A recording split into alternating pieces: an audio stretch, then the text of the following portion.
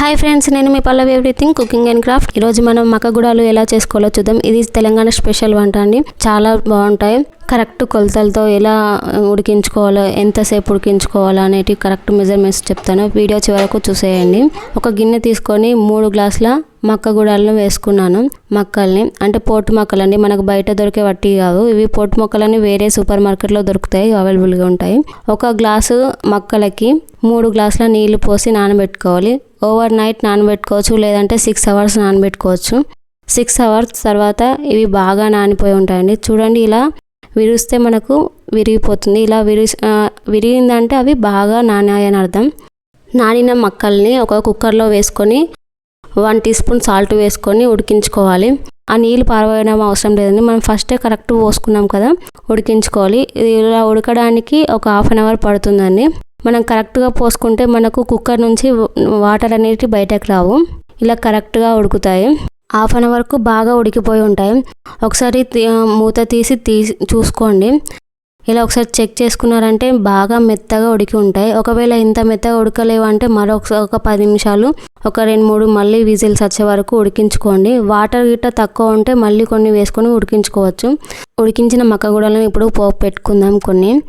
ఒక ముక్కుడు పెట్టుకొని స్టవ్ లో టు హై ఫ్లేమ్లో పెట్టుకొని ఫస్ట్ కొద్దిగా నూనె, కొద్దిగా ఆవాలు, జీలకర్ర, కరివేపాకు,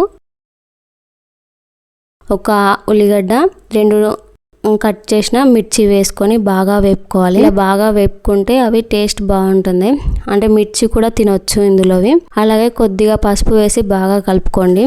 ఇలా కలుపుకోవడం వల్ల అది కలర్ అనేది మనకు మక్కలని కలర్ఫుల్గా బాగుంటాయి.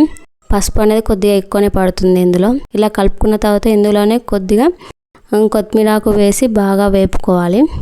1/2 టీ స్పూను అలా మనం ఫుల్ వేసుకున్నాం కదండి ఉప్పు, ఇప్పుడు 1/2 టీ స్పూన్ సరిపోతుంది. Next 1 cup. నెక్స్ట్ ఇప్పుడు ఇందులోకి ఉడికించిన మక్కలను వేసుకొని బాగా కలుపుకోవాలి. ఇలా ఒక 2 మినిట్స్ బాగా కలుపుకున్న తర్వాత వీటిని తీసుకొని పక్కన పెట్టుకొని సర్వ్ చేసుకోవడమే. నెక్స్ట్ మరొక గిన్నెలో 1 కప్పు మక్కగుడాలను వేసుకొని ఇందులోకి 1/2 టీ స్పూన్ కారం, అంటే మనకు 1/2 టీ స్పూన్ సరిపోతుంది. లేదు మీకు ఎక్కువ కావాలంటే 1 టీ స్పూన్ వేసుకోవచ్చు. కొద్దిగా ఉప్పు, మనం ఆల్రెడీ ఉప్పు వేసుకున్నాం కాబట్టి ఇందులో కొద్దిగానే వేసుకుంటాం. నెక్స్ట్ 5-6 ఎల్లిపాయలు దంచి వేసుకోవాలి.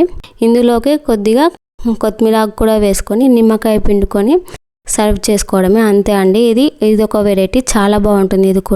ఇది నార్మల్గా పోపు వేసినవి కానీ ఇవి కానీ నార్మల్గానే తినొచ్చు. ఒకవేళ మనం ప్లెయిన్గా అయితే మనం చికెన్లోకి కానీ, ఇలా పోపు పెట్టినవి కానీ కారం వేసినవి కానీ మనం చికెన్లోకి కూడా తినొచ్చు, చాలా టేస్ట్గా ఉంటుంది.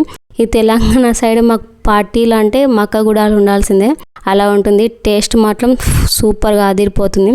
ఇందులో నిమ్మకాయ మాత్రం మస్ట్ అండ్ షుడ్గా పిండుకోవాలండి, చాలా టేస్టీగా ఉంటుంది. Please like and share, subscribe చేసుకోండి అబ్బా ప్లీజ్. సబ్స్క్రైబ్ చేసుకునే వాళ్ళు ఎక్కువ చూస్తున్నారు, ప్లీజ్ సబ్స్క్రైబ్ చేసుకోండి.